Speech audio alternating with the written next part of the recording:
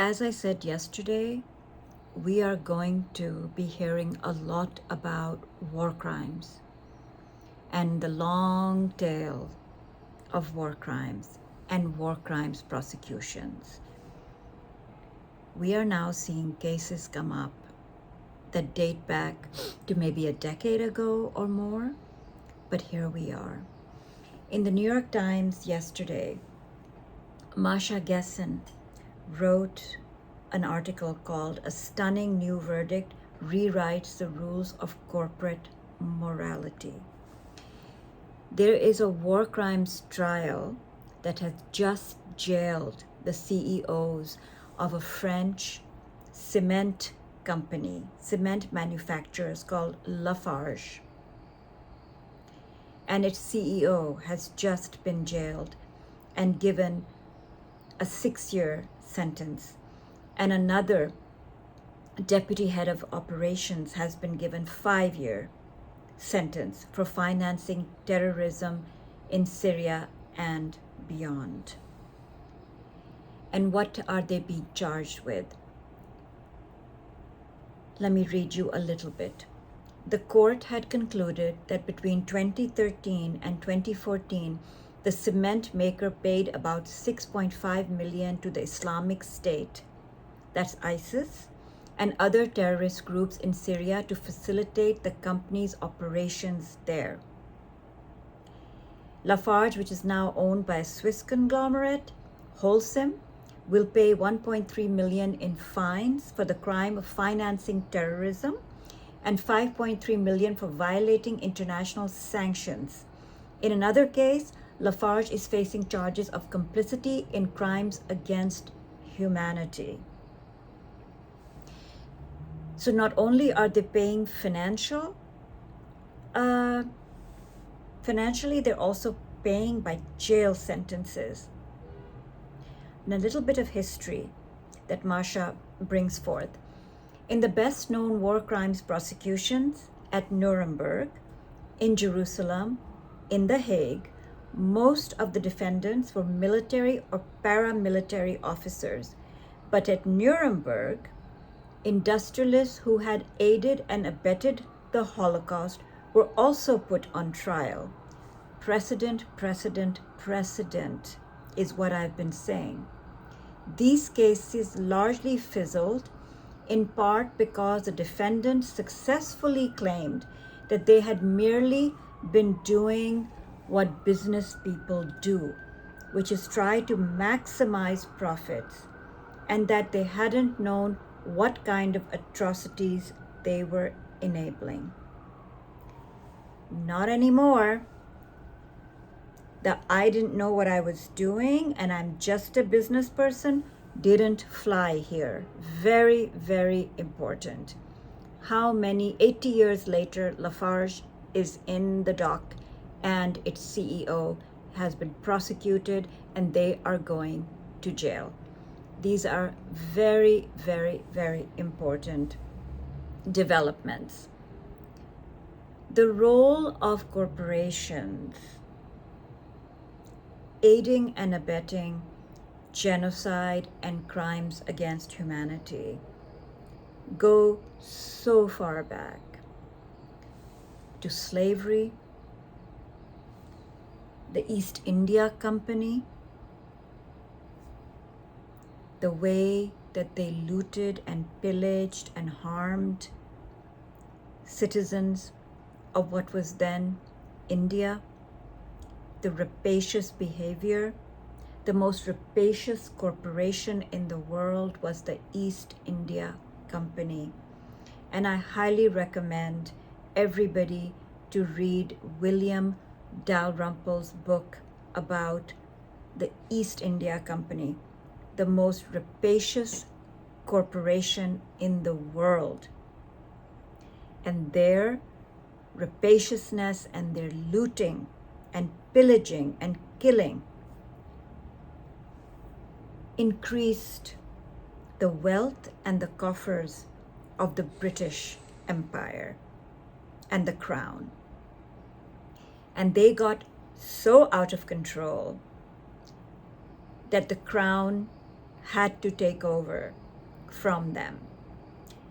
But they were the most egregious example of corporate greed, rapaciousness, and crimes against humanity, actually. And then, of course, there was the slave trade. Then we had genocides of the Jews in Germany, and how many corporations played a role there. And we have so many examples. Let us not forget that there was a report put out by Francesca Albanese, who was a special rapporteur for the United Nations for Gaza and the occupied Palestine. And she wrote a report about all the corporations who have been complicit in the Gaza genocide, especially all the tech companies, Google, Apple, Microsoft, and so on and so forth. And soon after that, her life was turned upside down, and she was made absolutely miserable and sanctioned and vilified and doxxed and so on and so forth. Hounded, absolutely hounded. But this court case in France really, really sets a precedent that is groundbreaking. And as I've been saying, the headlines for the next couple of years is going to be war crimes. And this is how Masha ends her opinion piece in the New York Times. I encourage everybody to read it. The court in Paris has just ruled that cynicism and an exclusive focus on profits can constitute a crime. We are not in Paris, of course, but one reason it was so gratifying to watch Lafarge be convicted and its executives in their stiff-collared shirts and well-cut suits be placed under arrest is that these men had surely never imagined that they could be punished for what they did. Indeed. Trump, Netanyahu, Hegseth, Katz, Gallant are making war crimes normalized. And this case against Lafarge is taking back that space and saying, no. Years later, you may be facing war crimes charges, just like the Australian most decorated soldier is, just like a prominent corporation in France is. And it will continue. Just remember, the US is executing people on the high seas off of the coast of Venezuela, Cuba, Colombia. We don't even know who they're executing, but they have executed hundreds of people. The US Navy is being drawn into executions on the high seas. All of that is going to matter, and matter a lot. So I highly recommend everybody to read this article by Masha Gessen, who definitely is one of the most important writers. I'm taking this time to quote others because some really, really important information is available now from experts. And there is a common thread about war crimes and crimes against humanity. And one of the interviews was done, I was listening to it on NPR this morning from the New Yorker radio, and I found it online. Omar Bartov is an Israeli professor of Holocaust and genocide studies at Brown University, and he has written a new book, and the book is called Israel, What Went Wrong? And that he argues that Zionism has morphed into an ideology that is all about extremism, which has led to the genocide in Gaza. At first, he didn't consider it a genocide, but then over time, it became very clear to him that what was going on in Gaza was a genocide. And I'd like you to hear about a minute and a half of the interview. And again, I encourage everybody to go on New Yorker radio and listen to his interview.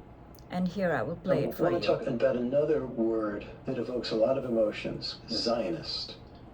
Zionist, when I was growing up, I'm just a few years younger than you, meant something quite different. It had a very different electrical charge to it, depending on what community you were sitting in. What does it mean to the students that you teach? What does it mean to you? One of the things that went deeply wrong is that Israel never had a constitution, and that Zionism became a state ideology.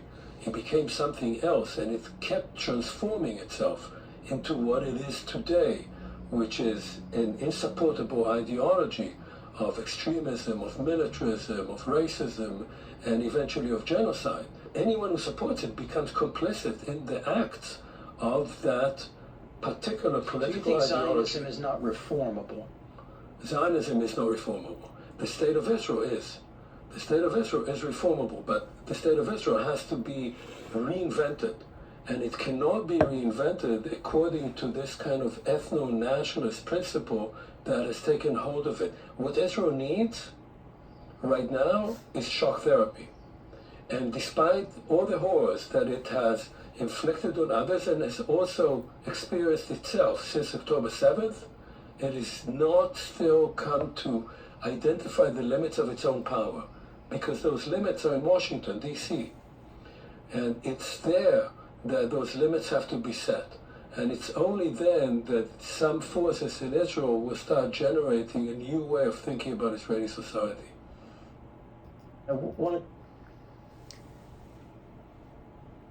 So I encourage everybody to listen to the whole interview, and there's so much in there but this 1 minute and 41 second clip I thought was important to play to give you an idea of what is being said and what in the future will lead to war crimes charges.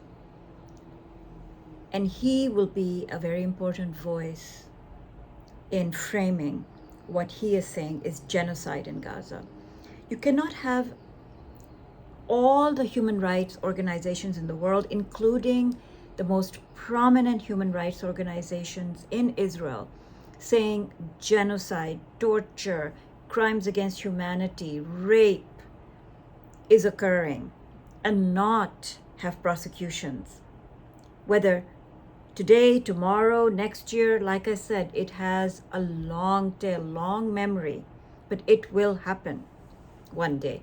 It will be too late for a lot of people who have suffered and been tortured and killed, but it will happen. And how is that reverberating in the US? Well, CNN has been doing a lot of surveys, and Harry Enton is their pollster, and just, I think it was yesterday, if not earlier today, he was talking about the Michigan race.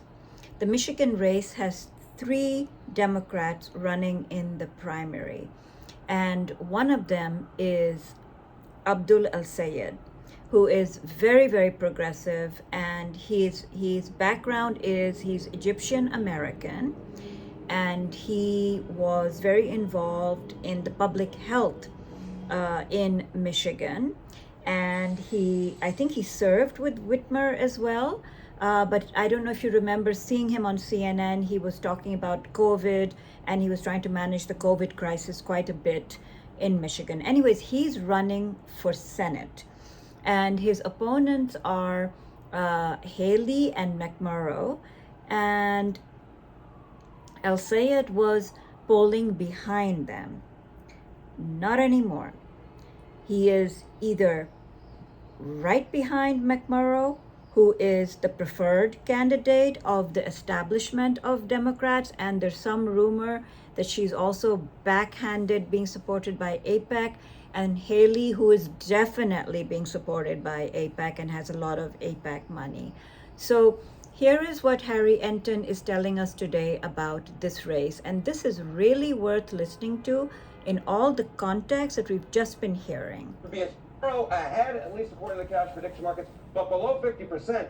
And I'll say it really closing over the last month as this Iran war has worn on. As we said, this is a Democratic primary. How might this be emblematic of Democratic positions on Israel writ large? Okay, so you see Al-Sayed going up, and there's all this discussion. Oh, there's this divide on Israel within the Democratic Party. I'd make the argument there was a divide 4 years ago. I'm not quite sure there's a divide anymore, because just take a look here. Okay, Democrats' net favorability of Israel. Not liberal, those who are moderate conservative versus those who are liberal. You go back to 2022, those who are not liberal, slightly more likely to hold a net favorable view of Israel than not. Liberals were against Israel by that point, minus 26 points. Come over to this side of the screen.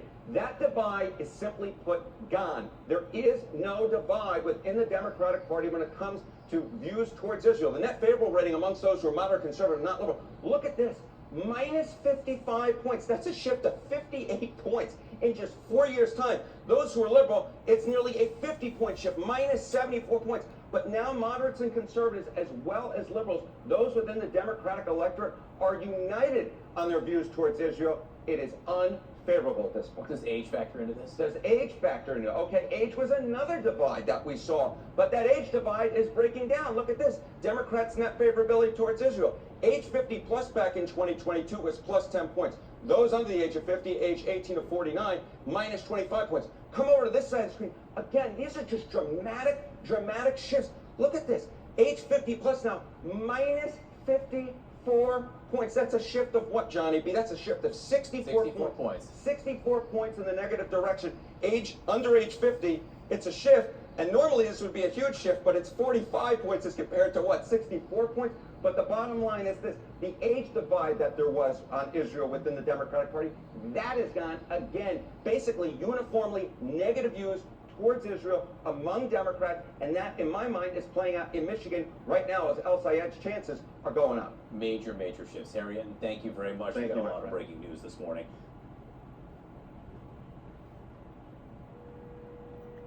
So, this is very fundamental.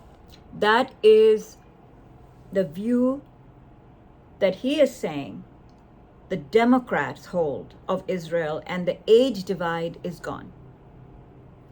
So there is a real thread of what Omar Bartov is saying, what all the human rights organizations are saying, what America has been consuming over the last 3 years, watching those people who are being genocided, live streaming their own genocide. You know, we were being told by the American media with the likes of Dana Bash and Jake Tapper, don't believe your lying eyes. Don't believe your lying ears. Listen to us. We have the talking points, and we'll tell you it's all fake news. It's all fake news. People didn't buy it. Day in and day out, they knew what they were seeing. So that is something I wanted you to hear to understand what the threads are and where this may go, you know, in several years from now, where this may go. Let's move on to another topic, and that is the Pope. Yes, the Pope. Pope Leo is an American citizen who grew up in Chicago. He is the most prominent and most popular American. Trump knows it. Vance knows it. That is where the rancor is coming from. Pope Leo is the most popular American and one of the most popular personalities in the world now. Not just among Catholics, not just among Christians, but among most people who are paying attention to what he is saying and how he is saying it. CNN has done the numbers. Again, Harry Enton. This is important to hear from somebody who is a pollster. Here we go. Just the American public at large, John. Look at this. It is a blow on the net popularity rating. Pope Leo XIV at plus 34. Look at where Donald Trump is at minus 12. It's not even close. It's a nearly 50-point blowout amongst the American public at large. Pope Leo XIV absolutely crushing President Trump when it comes to how popular they are, at least as of the last month. And I will note that Pope Leo was the most popular person tested by NBC News. I believe the president is making a humongous mistake going after the most popular guy in America, at least well-known guy. The question is, why is this man smiling here? How about among American Catholics? Yeah, that's right. There's a reason why the Pope is smiling there. How about among American Catholics? President Trump is struggling with American Catholics. Look at this. Maybe this is part of the reason why he's going after the Pope. U.S. Catholics on Trump. You know, you go back to November of 2024. Look at this. President Trump crushed Kamala Harris by 20 points. But down he goes into the Dead Sea. Look at this. Minus 4 points. That's a nearly 25-point switcheroo. There you have it, folks. There you have it. The reason why the White House has now started to make it seem that Pope Leo is their number one target.